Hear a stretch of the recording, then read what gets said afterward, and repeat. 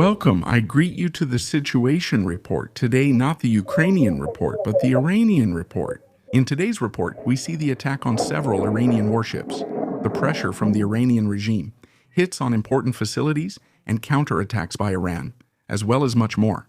But before that, something else. I'm supposed to pass on a big thank you to you. To each and every one of you who contributed to the last campaign for an ambulance for a German frontline medic. All of this was organized through Save Ukraine, and by the way, it has already arrived, as you can see here. You can give yourselves a pat on the back again because you helped save lives once more. Reports from Iran once again show the regime's harsh crackdown on any form of open protest. Meanwhile, bombs are basically falling in the capital. While bombs are falling, people are not only threatened by that, but also by security forces who have fired at residential buildings after residents hung banners and signs with anti-regime slogans on their balconies. In the video, you can clearly see how the apartments are being deliberately shot at, apparently to intimidate people and prevent further public signs of protest. This is part of the regime's strategy. Small, visible signs of resistance, such as slogans on buildings, flags, banners, or even public gatherings, are made into demonstrations. They are suppressed to prevent a larger protest movement. The fact that even simple messages on balconies are met with harsh violence shows how nervous the leadership is in response to any form of visible opposition. Such measures are mainly intended to achieve one thing: to completely control public space and immediately punish any symbolic challenge to power. Because, as I always have to say, whether it's about Russia, Syria, or Iran, the greatest enemy of these countries and their governments is not on the front lines. And it's not even their own armed forces that could turn against someone, but it's always their own people. They don't care at all how many people they have to keep sacrificing at the front to stay in power, as long as the people are behind them, or they can control the people. And if the people are willing, then the government is secure. But if the people want a regime change, then they will wait for the right moment to effectively exploit a weakness within the government forces. And that's exactly the moment of weakness that matters. And that's exactly what they're trying to do by, as I said, suppressing every single sign of protest. But what else are the government forces doing? Because so far there haven't been any ground battles in Iran, only the defense against flying objects or, as mentioned, against regime-critical civilians. Reports say Iranian forces have also barricaded themselves in an elementary school, as seen here. The building is therefore being used as cover, or rather as a kind of temporary support base. Because we know, as do the Israelis, Americans, or anyone else over there, that this is a school building. And one was hit at the very beginning of the fighting, which is very, very bad from a media perspective. And of course, that is being exploited. They hide or basically put themselves under the protection of a school, which is an object that you normally wouldn't attack militarily, and where normally children and civilian personnel are present. And they use this protection to avoid being attacked here. They basically exploit the children or the civilian personnel.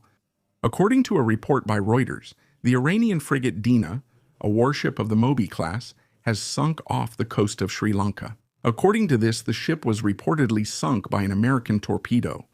The incident occurred today near Sri Lankan territorial waters. According to initial reports, at least 101 crew members are missing. Another 78 are said to have been seriously injured.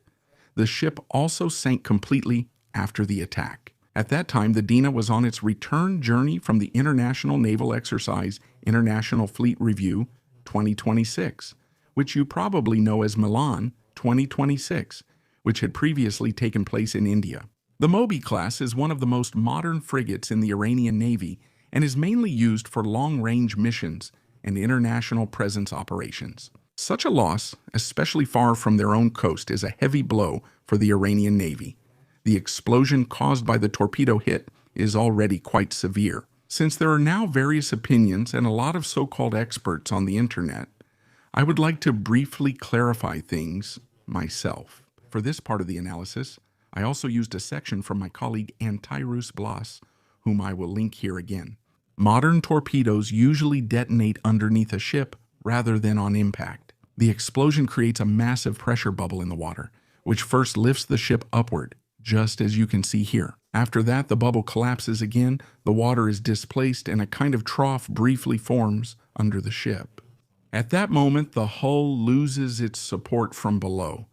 The ship bends, and the keel, which is the supporting structure along the hull, can break. This exact effect destroys many ships and also kills many crew members. Those who don't die directly from the explosion nearby often die from the lifting and falling of the ship. After all, you're unsecured inside the ship. You get lifted very high and then dropped with full force, hitting the ground hard. Very large units like tankers or aircraft carriers might survive that under certain circumstances because their structure is much more robust than that of a frigate. Basically, there are two main types of modern torpedoes. Heavyweight torpedoes typically have a diameter of about 533 millimeters and are mainly used by submarines and sometimes by larger surface ships. Their warheads usually contain 250 to 300 kilograms of explosives and are designed to destroy large surface ships or other submarines directly at their hull. In addition, there are lightweight torpedoes with a diameter of about 324 millimeters. These are mainly used by ships, airplanes, or helicopters against submarines. Their explosive charge is significantly smaller and usually contains 30 to 50 kilograms of explosives. They usually detonate right next to the submarine or directly against its hull to cause structural damage. When it comes to defense, a very simple principle applies. The best defense is not to be attacked in the first place. That's why sensors, reconnaissance, and early engagement of the enemy play a crucial role. If a torpedo is already on its way, various countermeasures are used. These include, for example, systems that can simulate noises and magnetic fields to lure the torpedo toward a false target. A well-known example is the United States system Nixie. Another method involves systems that create fields of air bubbles in the water. These disrupt the propagation of sonar signals, making it harder for the torpedo to locate the real target. In practice, however, defense usually works only somewhat reliably when several countermeasures are combined. Individual systems alone often offer only limited chances of success, which we can also see here. I think the crew simply wasn't prepared to get into danger here, but that wasn't the only ship. The Iranian Navy ship Markran is in flames in the port of Bandar Abbas after attacks. Pictures show a large plume of smoke over the ship, which is located very close to the strategically important Strait of Hormuz. The Markran is the largest ship in the Iranian Navy. Originally, it was an oil tanker that was later converted into a floating base. Since it was commissioned in 2021, the ship has mainly served as a logistical platform and drone carrier.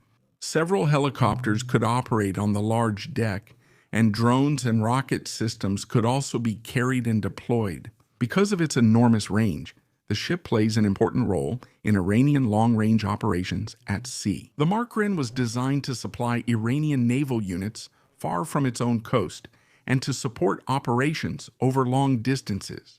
Here, too, it represents a significant loss for the Iranian Navy, and that's still not the end of it. The Soleimani-class corvette IS Shahid Shirazi was also towed by sea from the Iranian coast. It heavily damaged the target missile, but did not sink it.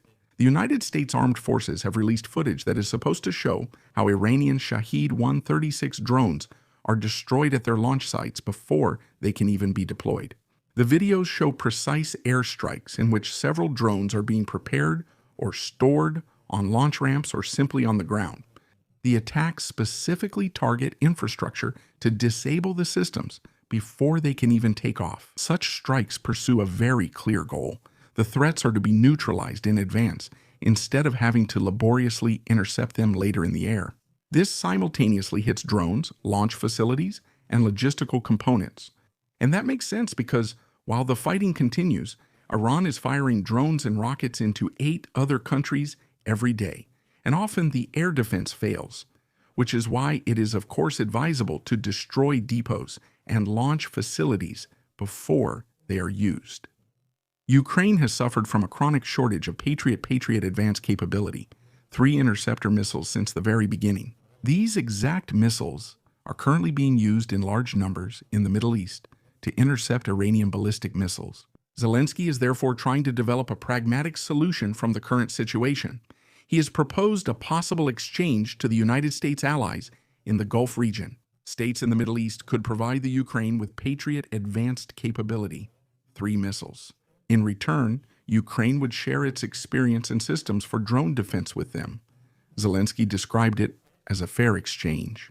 The background is the fundamentally different threat situation. The Gulf states are primarily exposed to ballistic missiles, against which Patriot systems with Patriot advanced capability, 3 missiles, are particularly effective.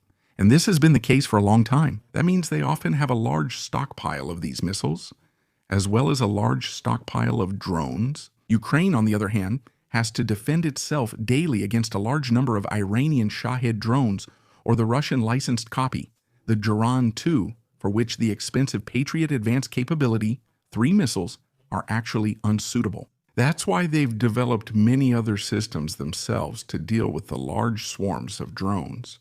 The Patriot system is primarily designed to intercept short-range missiles and ballistic targets and to protect a city from such attacks. It is significantly less efficient against low-flying drones or cruise missiles. Above all, because each Patriot advanced capability, 3 missile, is extremely expensive, and using them against simple drones would hardly make economic sense.